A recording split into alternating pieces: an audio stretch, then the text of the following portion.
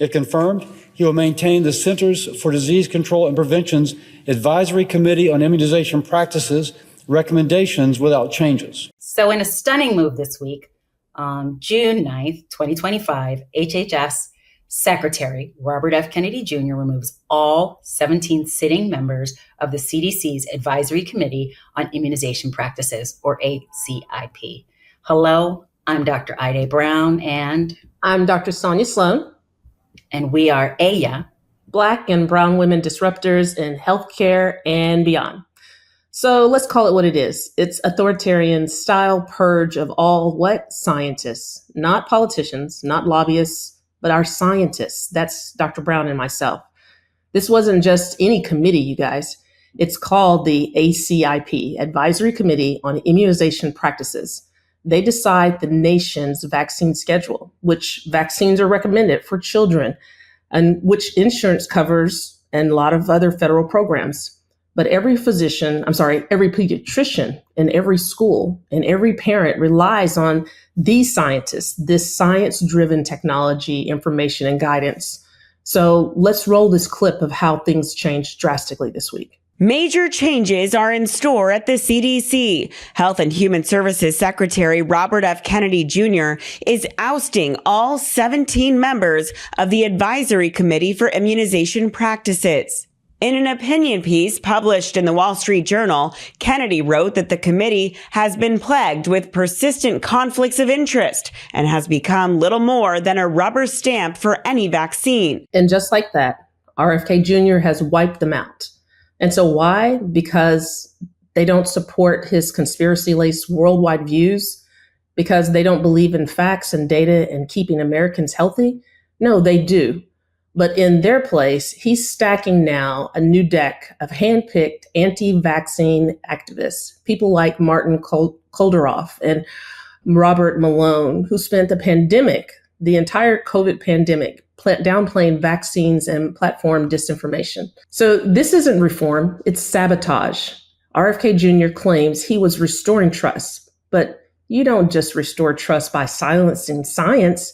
You don't restore trust by muzzling the experts. And you definitely don't restore trust by putting cracks in more charge for the national health of the United States, people like myself and Dr. Brown, your children, your family members. Let's be clear, the consequences of this move are massive.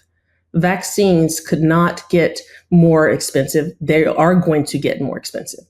Fewer kids are going to have protected, available, preventable diseases like measles, which is still running amok in the United States. And parents, so they're going to be confused. They're already confused. Now we're going to be even more misled and even more vulnerable and not knowing what to do. So this is not just dangerous, it's very deliberate. It's part of the larger campaign to dismantle the CDC, defund vaccine programs, and push medical freedoms while quietly gutting public health.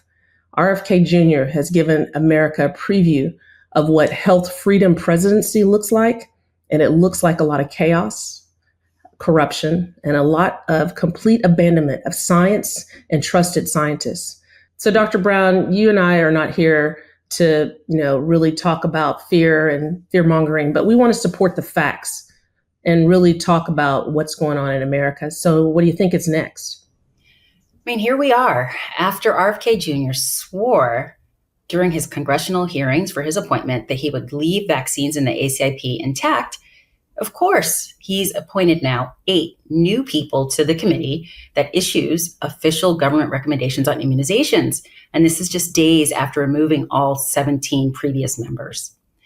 Now, in this announcement on X, Kennedy, a vaccine skeptic, said reconstituting the Advisory Committee on Immunization Practices was a, quote, major step towards restoring public trust in vaccines. Kennedy said the new members have each committed to demanding definitive safety and efficacy data before making any new vaccine recommendations. Health experts have criticized his questioning of the safety and efficacy of vaccines, although he previously told the Senate that he is not going to take them away. But this administration has a pattern of saying things under oath in front of Congress and then doing whatever they want once in place. So who's replacing them?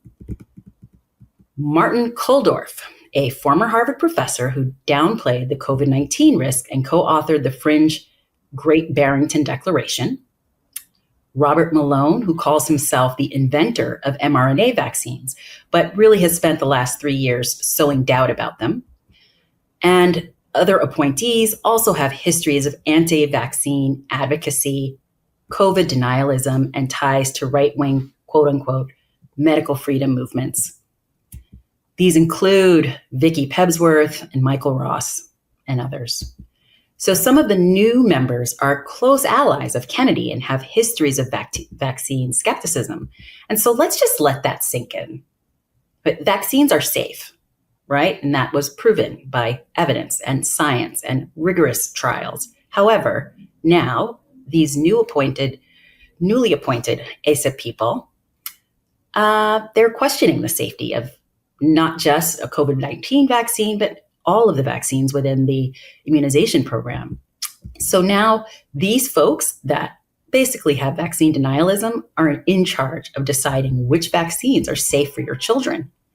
And, Dr. Sloan, I cannot imagine what the next few months will bring with measles, COVID, flu, and all the other vaccines being sidelined. And let's even think about the beginning of the school year.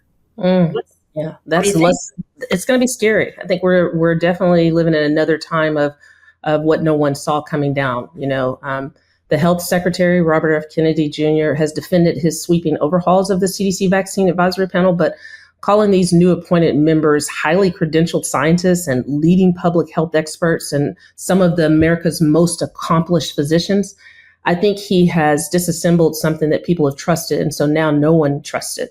And so in that one statement he posted online, not even a public video or statement, Kennedy added that the new committee members are committed to evidence-based medicine and gold standard science and common sense.